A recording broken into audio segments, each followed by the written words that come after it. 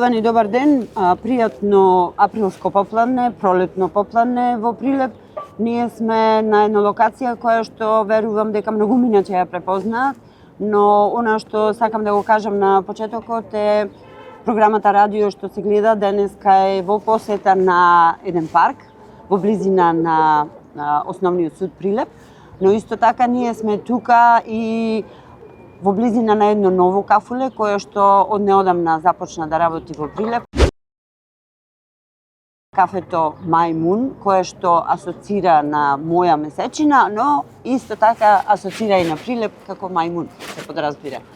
Ние сме тука да проговориме на едни секојдневни теми кои што се поврзуваат со земјоделството, за едно ново научно дело кое што неодамна излезе од печат, а чиј што автор е професор доктор Билјана Консулска-Гверовска од Научниот институт за тутун во Прилеп. Ќе преговориме за тоа како тутунопроизводителите и сите оние кои што тема име тутунопроизводството можат да ги препознаат болестите, штетниците, превентивно да делуваат на тутунопроизводството, се со цел да има поголеми приноси за оваа стратешка култура, индустријска култура во Македонија. Добар ден и добре ни дојдовте во програмата Радио што се гледа. Благодарам, со задоволство. Започна расадувањето на тутунот, со тоа стартуваше грижата за производството на тутунот. Се чини малку срамежливо бидејќи периодот беше таков, бидејќи имаше доста врнежи, но и во Прилепско започна расадувањето на тутунот и точно тогаш и периодот кога сакаме на некој начин да испромовираме нешто што научната мисла во Прилеп, односно од Научниот институт за тутун, излезе неодамна од печат, она што е ваше дело, како резултат на вашата стручност, бидејќи вие долги години сте вработена во Институтот за тутун, воедно сте и професорка на Универзитетот Свети Климент Охридски во Битола за втори и трет степен стручни студии. Научното дело се вика идентификација на економски најзначајните болести на тутунот и мерки за заштита. Она што тутунарите секако ќе ги интересира, но како што рековме на почетокот и сите оние кои што тутунопроизводството име основа, бидејќи станува збор за 10 откупни компании вработени кои што се занимаваат со откуп на тутун и секако стручните училишта, земјоделските училишта и студентите кои што се запишани на вториот и третиот степен на Универзитетот Свети Климент Охридски во Битола. Зошто токму се одлучивте за едно вакво дело, што беше вашиот предизвик? Па вака, со издавањето на оваа моја книга, се сакав да ја доближам состојбата со болестите до сите чинители на тутунопроизводството. Од моето професионално искуство, значи се обидов да дадам еден што попрецизен опис на симптомите на болестите, да укажам на факторите кои што придонесуваат за нивната појава, и секако да дадам свој придонес за спречување на истите и соодветно сите мерки на заштита. Јас на еден малку популарен начин се обидов да дадам препораки или предупредувања за будноста, за она што на што треба да внимаваат самите производители или оние кои што се грижат за самиот насад и верувам дека тоа ќе вроди со плод. Она што може да се забележи во ова научно дело е голем број на фотографии кои што се илустрирани се со цел полесно запознавање, како што рековте и самите, на болестите и се она што може тутунопроизводството од самиот почеток, уште од расадопроизводство па се до готов производ може да се види на тутунопроизводството, односно на ориенталниот ароматичен тутун. Тоа значи дека земјоделците се соочени со многу проблеми, уште повеќе кога се има во предвид дека последнава деценија-две навистина климатските промени си го прават своето. Значи ли тоа дека оваа книга ги има сите оние практични совети кои што се упатени кон тутунопроизводителите? Приметивте точно, да, изобилува со фотографии и токму тоа беше целта. Долгогодишниот истражувачки па и теренско искуство направив една богата архива, колекција на фотографии и токму тоа беше предизвикот, значи тие да се прикажат на земјоделството, но секако со интерес да се помогне, да се намалат штетите и да се даде придонес во спречувањето на болестите, во навремената и правилна заштита. Одредени само фотографии се вметнати со цел да се долови самиот момент. Токму фотографиите се така одбирани, да ги прикажа симптомите, дури и во на почетна фаза, кога најчесто се занемаруваат истите. И од тука настануваат и одредени проблеми. Значи, да се фатат симптомите уште од почетната фаза. Прикажани има фотографии кои што ги прикажуваат симптомите дури во скриени места на тутунското растение, во скриени локалитети, исто. Значи, а сето тоа за да му се предочи на подосна ќе кажеме за кого на сите оние кои што се вклучени во процесот на тутунопроизводството. Мислам дека во никој случај не може да се занемарат современите диагностички методи. Меѓутоа тие се скапи, треба време за да се добијат резултатите, а сето тоа би влијаело штетно, бидејќи се одминува времето и за преземање на правилна заштита тоа само би попречило. Сметам дека со ова декларирано како учебно помагало, меѓутоа ќе можат брзо и практично да ги диагностицираат. Уште повеќе, значи ќе можат да ги диференцираат одредени болести за кои што се мисли дека постојат популарни називи, меѓутоа предизвикувачот е различен и сепак треба да правиме на една дистинкција. Пак ќе нагласам, значи сепак да се оди се за да се помогне за правилна заштита, бидејќи ако не се идентификува предизвикувачот, тогаш заштитата ќе може да тргне во спротивна насока, бидејќи ќе се одбери соодветен препарат кој што не е адекватен за самиот производител. Во колку производителот не би можел или оној кој што се грижи за здравјето на тутунското растение, секако тука се советодавните служби од тутунските компании. Во последно време се вршеше обука на советници за одржлива употреба на фитофармацевски производи и верувам дека сето оваа книга ќе биде од корис за истите, во колку пак не може да се а имаме такво искуство и секогаш институтот излегува во пресвет или јас, Одделението за заштита секогаш, значи нудиме сручна помош. Меѓутоа целта на книгата беше да што побрзо да се диагностицира болеста. Сега брзо да се диагностицира, меѓутоа да даде мене ми беше најважно, едно предупредување.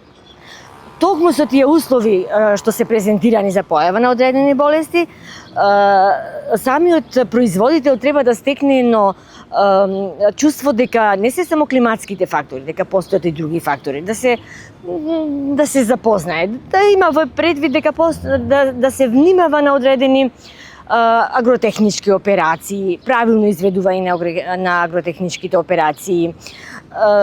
Значи, да се создаде тој иницијален момент на будност за ова. Значи, кога се знаат факторите, условите за појава на одредена болест, нормално е дека ќе предизвика преземање на навремена заштита. Така.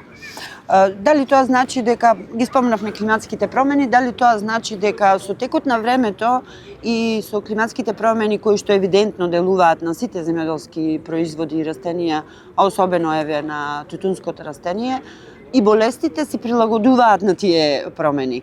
Кои се најчестите болести и дали тоа во изминативе неколку децении навистина се променили како најчести? се прилагодуваат. Тие се секогаш присутни. Велиме ние за болест треба патоген, растение и услови. Значи, условите, поготово оваа пролет ги имаме, значи, патогените си присутни во почва, зависно од типот на патогенот. И нормално ќе се создадат услови за појава на болест. Климатските услови се секако пресуден фактор за појава на одредени болести. Како и секоја година, горливите проблеми се познати, како на нас, научната фела, така на производителите. Во колку се уште е расадопроизводство кај некои производители, нормално, тука е сечењето како една најдеструктивна болест на која што се посветува големо внимание, но тука е неизоставната пламеница, која што секоја година може да предизвика проблеми. Морам да нагласам, и секогаш нагласам, таа се појавува дури и на места каде што не се не очекува, во услови каде што исто така не се очекува. Кога се зголема температурите, па сме помислили дека се надминати условите за појава.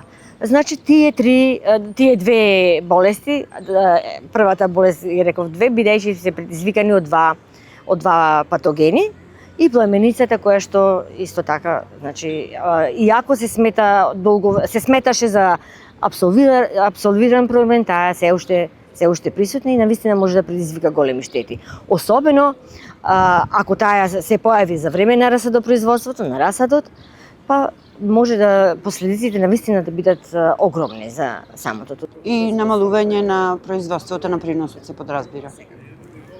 Да не зборуваме за системичната форма, за изменување на тутунското растение, видоизменет, а секако знаеме што се последиците. Намален принос, намален квалитет и на крај економска загуба.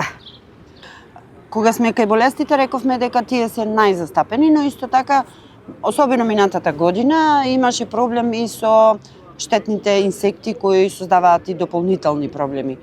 Како да се препознаат и како навремено да се делува, бидејќи па тие се оние што ги шират болестите и дополнително создаваат проблеми.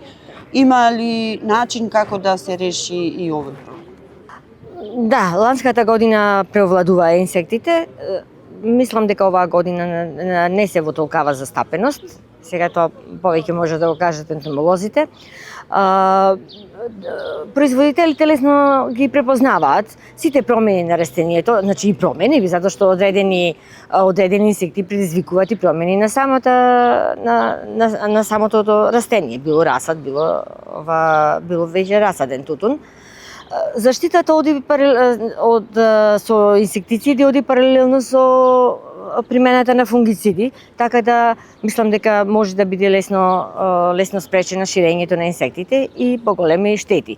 Особено секогаш го истакнуваме третирањето пред расадување. 1 до 2 дена заедно со фунгициден третман да се примени инсектицид за да се спречи ширењето на болеста. Секогаш велиме, примената на третирањето на расадот пред расадување е прво економично, помалку препарат на единица површина, многу побрзо, затоа што се знае колкава е површината, колкава е на леите. Кои се вашите препораки во однос на користењето на препарати? Рековме за превенција за пред расадување на тутунот, со кои препарати и од каде можат да добијат вистински препарати, препорака за вистински препарати кои што нема да се двоумат да ги земат и да ги применат? Во книгата се обработени сите мерки на заштита, почнувајќи од превентивните, како индиректни мерки и директните мерки. Тука се вклучени биолошките мерки, примената, најсовремените мерки, примена на отпорни мерки и на крај се стигнува до хемиската заштита. Значи мора еден комплекс на мерки, затоа што иако се мисли дека хемиската заштита е единствениот, далеко од тоа, најважни се превентивните мерки, но за тоа покасно ќе зборуваме. Во однос на препаратите, дадени се конкретно во оваа книга, дадена за секоја болест, дадена е дадени се активните материи кои што действуваат за сузбивањето на соодветниот причинител. И сега морам да нагласам дека тие прикажуваат актуелната состојба.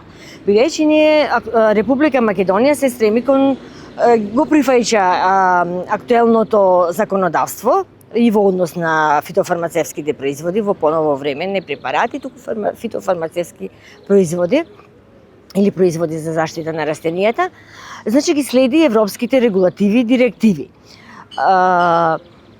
И токму законот за фитофармација е така прилагоден во согласно со европското законодавство. Значи сите тие активни материи се актуелни, што не значи дека по година-две би биле истите. Тие се унесуваат на нормално се истакнати во согласно со долгогодишното мое искуство и на одделението за заштита. Правилниот избор на препарат е од огромно значење. Уште и на почетокот нагласив, во колку е точно идентификуван предизвикувачот, потребен е избор на препарат кој што действува за конкретниот причинител. Во колку не се одбери соодветен препарат, значи заштитата не е ефикасна. Институтот изработува програма за заштита која што се доставува до тутунските компании. Таа програма е изработена врз наши искуствени сознанија и врз основа на актуелната состојба со регистрирани активни материи. Сега тоа може да ќе најде на едно недоразбирање од страна на производителите, затоа што голем дел од активните материи постојано се ревидираат, завршува регистрацијата, настанува на субституција со други активни материи и така натаму. Значи, се обидов во книгата да ги пренесам актуелните активни материи за сузбивање на соодветниот причинител. Да. И на крајот на краиштата од земјоделските аптеки се тие стручни лица кои што ги советуваат кои препарати да ги применат и на каков начин тоа да се направи, но верувам дека и од откупните компании има советодавни лица кои што стручните совети во текот на развојот на растението, на тутунското растение, тоа им го посачуваат. И она што би сакала да го препорачам е, рековте, треба будно да се следи развојот на растението. Така. Како можат да се советуваат тутунопроизводителите и со кого? Дали во Институтот за тутун вие би биле расположени доколку имаат одредени проблеми, се појави одредена епидемија, да речеме, на одредена болест? Можат ли да добијат некој совет од вас? И дали можат тоа да го најдат во оваа книга, која што навистина стручно и илустративно ги прикажува сите оние болести кои што можат да го зафатат тутунското растение. И јас уште на почетокот нагласив и се обидов на еден популарен начин да истакне потребата од будност и предпазливост. На што да внимаваат при секоја болест. И во будноста и предпазливоста се унесува и за превентивните мерки, бидејќи ако ги запоставиме превентивните мерки, тогаш имаме последиците се пренесуваат веќе и на наредната реколта. Во однос на советот, моја морална обврска и одговорност е секогаш да се грижам за здравјето на тутунското растение. Од тука произлезе и ова мое дело. И секако можат да се обратат до мене или до научниот институт за тутун. Теренските истражувања порано беа и посети, беа многу повеќе застапени, за жал во последно време не се толку, меѓутоа секогаш сме на располагање на самите тутунопроизводители, а секако и на тутунските компании кои што се секогаш во контакт со нас. Така.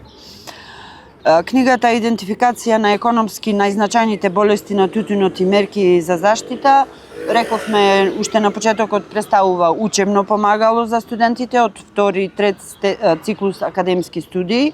Воедно тоа е едукативен материјал, односно нагледно средство за стручните лица во тутунските компании, но колку оваа книга, јас само ќе ја представам на ваков начин, а секако и ќе имаме и повеќе, можат тутунопроизводителите да ја имаат, каде може да се најде оваа книга, дали е на продажба, бидејќи рековме навистина ќе им биде од корис на тутунопроизводителите, особено кога имаме во предвид дека станува збор за големи температурни разлики кои што се најуваат и за оваа сезона, за оваа реколта на тутунопроизводство, така што верувам дека уште еве на почетокот од сезоната ќе им биде од голема помош. Каде може да се најде оваа книга? Како што истакнавте, оваа книга ќе биде од најголема помош за тутунопроизводителите. Во колку навистина добре до тутунопроизводителите, побуди интерес за согледување на симптомите, тоа навистина би ми било многу драго, бидејќи со тоа тие самите се едуцираат како да ги препознаваат, како што реков, дури и неочекуваната појава на одредена болест, симптоми што не се забележуваат, ќе можат подетелно да го анализираат, а тоа ќе му побуди ќе му разбуди желбата, односно за навремена и правилна заштита. Каде само со едуцираност тутунопроизводителите ќе може да ги согледаат проблемите и да ги решат. И само едуцираниот производител е оној кој што може да реализира одржливо земјоделско производство. Така. На крајот јас само ќе напоменам дека годинава се најавени рекордни над 31 милион килограми тутун, бидејќи има склучено над 30.000 договори за тутунопроизводство во 10 откупни компании. Јас се надевам дека тутунопроизводителите на крајот ќе мора да сватат дека ќе мора да се едуцираат, затоа што тоа е нешто што на крајот на краиштата зависи и од временските погоди или непогоди, но исто така доколку сакаат да имаат поголеми приноси, ќе морат да бидат соодветно едуцирани, да можат да постапат и за заштита и за прихрана на крајот на краиштата на тутунското растение. И ќе кажеме дека Фарма Органика, мислам дека е каде што може да се најде оваа книга, но исто така и во земјоделската аптека в Италија, која што е во близина на катната гаража во центарот на Прилеп. Професорке Гверовска, ви благодарам за разговорот, се надевам дека и благодарам и вас. Беше задоволство. Ќе имаме можност да го промовираме, бидејќи на крајот на краиштата тука сме да си помагаме едни со други за да можеме да остваруваме подобри резултати и во производството на тутун, но и за развојот на нашата општина. Да, тутунопроизводството е карактеристика на Прилеп и мораме да се грижиме за успешното тутунопроизводство секоја година. Особено пак во оваа година со, како што рековте, рекорден број на склучени договори. Да, на крајот да се поздравиме од вас. Ние сме во навистина пријатна атмосфера во паркот кај основниот суд во Прилеп, но исто така со поддршка на нашите пријатели од новото кафуле Мајмун, која што е во непосредна близина на паркот и навистина можете тука да уживате со вашите пријатели, со вашите најблиски, бидејќи ова се прекрасни пролетни денови.